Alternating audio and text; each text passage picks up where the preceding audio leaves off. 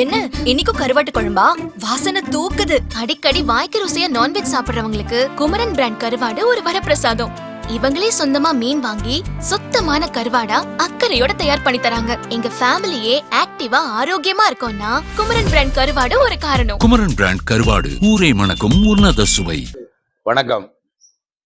நான் இப்போ குரங்கணி அருள்மிகு திரு முத்துமாலையம்மன் திருக்கோயில் ஆணி பெருந்திருவிழாவை முன்னிட்டு எங்கள் ஊர் அம்மன் அருள்மிகு திரு முத்துமாலையம்மன் கொடை விழாவுக்காக நாங்கள்லாம் வெளியூர்களில் இருந்து இங்கு வந்து கொடை விழாவை சிறப்பிக்க வேண்டும், அம்மனின் அருள் பெற வேண்டும் என்பதற்காக பல ஊர்களில் இருந்து நான் மட்டுமல்ல, எங்கள் ஊர்க்காரங்கள் மட்டுமல்ல, இந்த அம்மனுடைய பக்தர்கள், அம்மனுடைய அடிபொடிகள் எல்லோரும் இங்கு வந்து கூடியிருக்கிறார்கள்.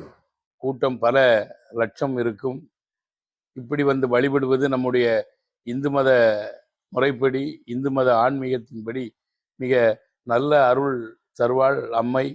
ஏனென்றால் இந்த விழா காலங்களில் தான் இந்த அம்மனின் அருள் கிடைக்கும் என்பது மட்டுமல்ல, விழா காலங்களில் அம்மனின் அருள் பெறுவது மிகப்பெரிய பேறு பெறுவது போல இருக்கும். இந்த விழா மிக மிக சிறப்பாக நடந்து கொண்டு இருக்கிறது. என்னுடைய வரலாறு எத்தனை ஆண்டுகள் இது நடக்கிறது என்பது யாருக்கும் தெரியாது. மிக பழமை வாய்ந்த கோயில். கோயிலின் மண்டபங்கள், கோயிலின் கருவறை எல்லாமே வெள்ளைக்கல்லால் கட்டப்பட்ட மண்டபங்கள். இந்த வெள்ளைக்கல் இங்கிருந்து 70 கிலோமீட்டர் வரையில் வெள்ளைக்கல் மலையே கிடையாது. ஆனால் வெள்ளைக்கல்லால் எப்படி கட்டினார்கள், எப்படி யார் கட்டினார்கள் என்ற வரலாறும் இல்லை. ஆனால் இன்று மட்டும் எங்களுடைய அம்மனின் உச்சம், அம்மனின் அருள் எல்லோருக்கும் கிடைக்கிறது. அதனால் இவ்வளவு கூட்டம் நடந்தாலும், இவ்வளவு பெரிய விழா நடந்தாலும் ஒரு அசகம்பாவிதம் எதுவும் இல்லாமல் அம்மன் அருளால் நடந்து கொண்டு இருக்கிறது. இந்த முறை எல்லா முறையோட சிறப்பு என்னவென்றால், ஆற்றில் தண்ணி நல்ல வேண்டிய அளவு இருக்கிறது. அதிகமாகவும் இல்லை, குறைவாகவும் இல்லை, வேண்டிய அளவு இருக்கிறது. அன்னதானங்கள் 24 மணி நேரமும் நடந்து கொண்டு இருக்கிறது. காவல்துறை பாதுகாப்பு எப்பொழுதும் இருக்கிறது.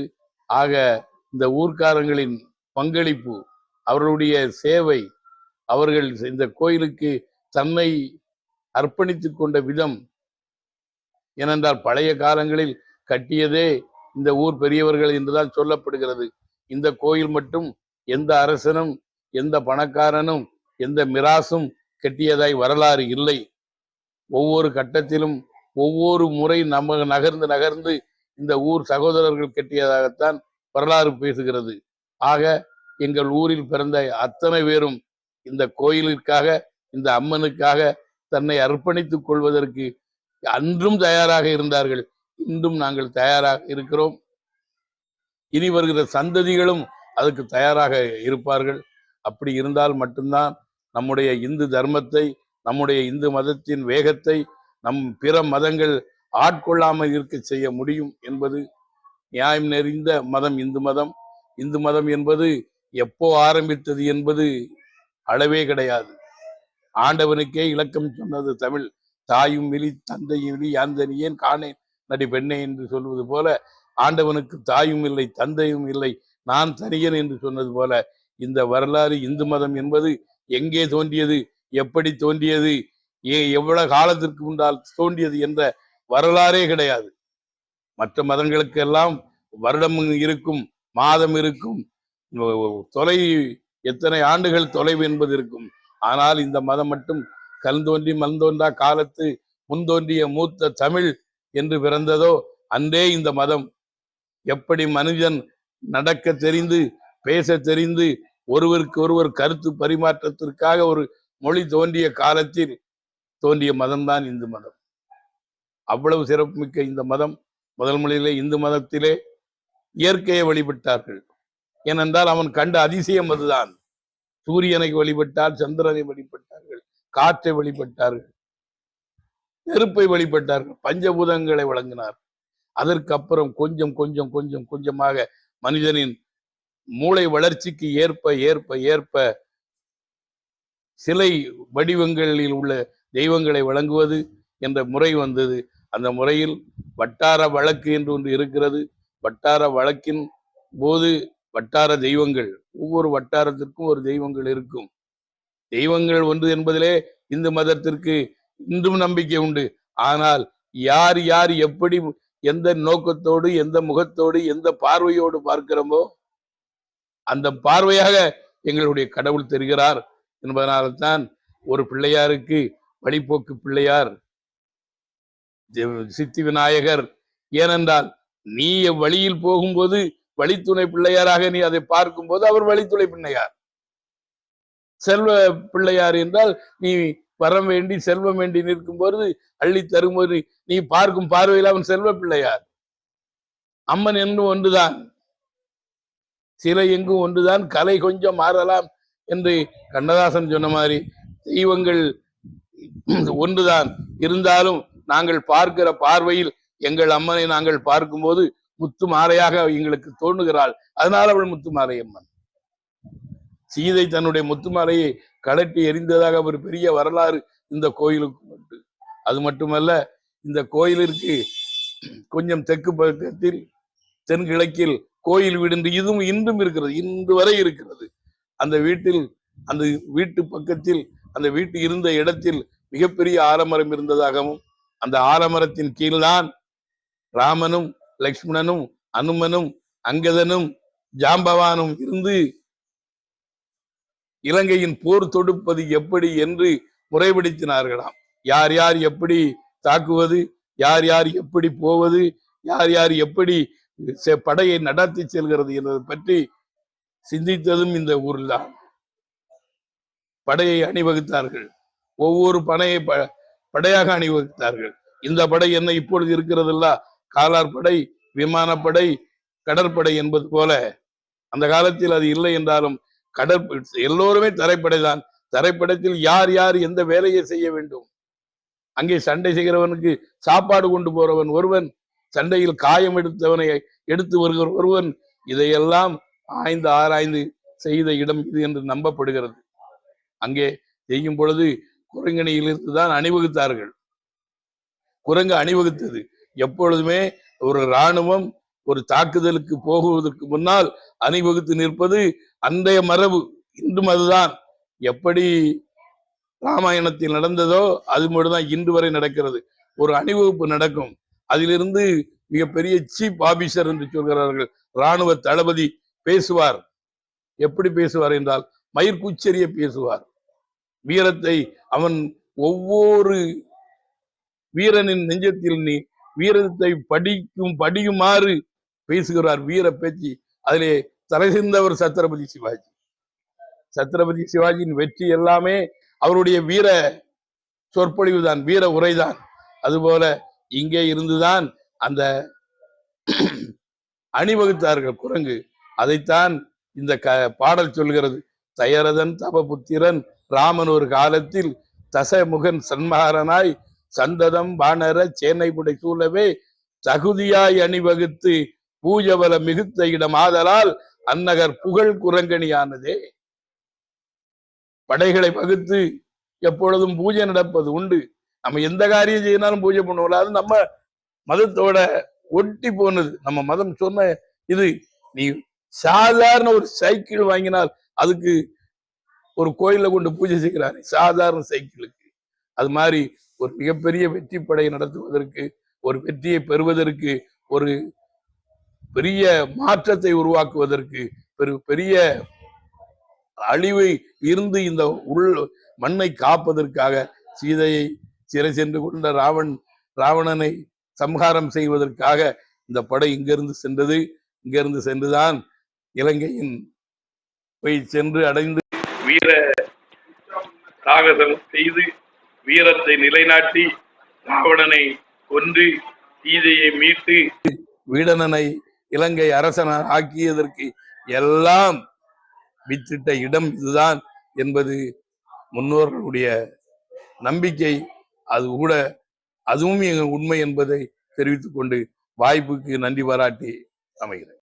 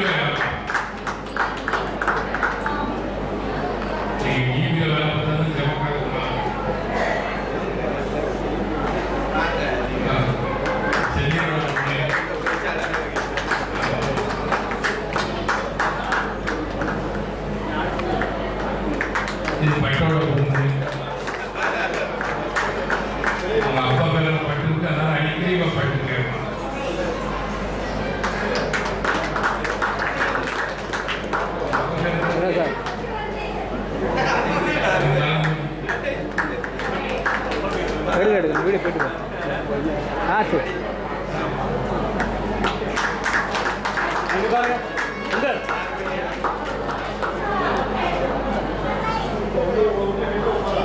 அங்கே இருக்க பாருங்க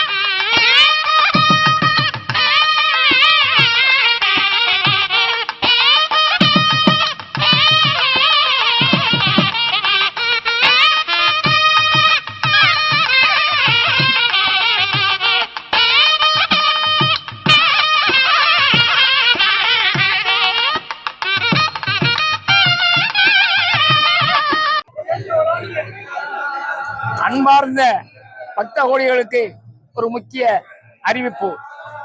குரங்கணி ஸ்ரீ முத்துமாலையம்மன் திருக்கோவில் ஆடி மாதம் கடைசி செவ்வாய்க்கிழமை அன்று ஆண்டுதோறும் நடைபெறுகிறது. இதற்கு தூத்துக்குடி மாவட்டம் தவிர தமிழ்நாட்டில் உள்ள பல்வேறு மாவட்டங்களில் இருந்தும் லட்சக்கணக்கான பக்தர்கள்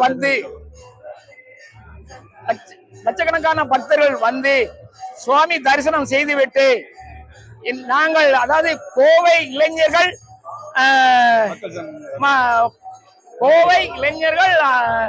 நண்பர்கள் அன்னதான குழு சங்கம் ஏற்படுத்தப்பட்டு சங்கத்தின் மூலமாக இது 12வது ஆண்டு நிறைவு பெற்று வருகிறது. அனைவருக்கும் வணக்கம். பெரியப்பா சொன்னது மாதிரி கோவை வாழ் குரங்கணி நண்பர்கள் மற்றும் உறவினர்கள் அனைவரும் வழங்கக்கூடிய இந்த அன்னதானம் வந்து கிட்டத்தட்ட 12வது வருடம் இந்த வருடம் வந்து அன்னதானம் நாங்கள் கொடுத்துட்டு இருக்கிறோம். தானத்தில் சிறந்தது அன்னதானம். அதே மாதிரி போதும்னு சொல்லக்கூடிய ஒரே விஷயமும் அன்னதானம் மட்டும்தான்.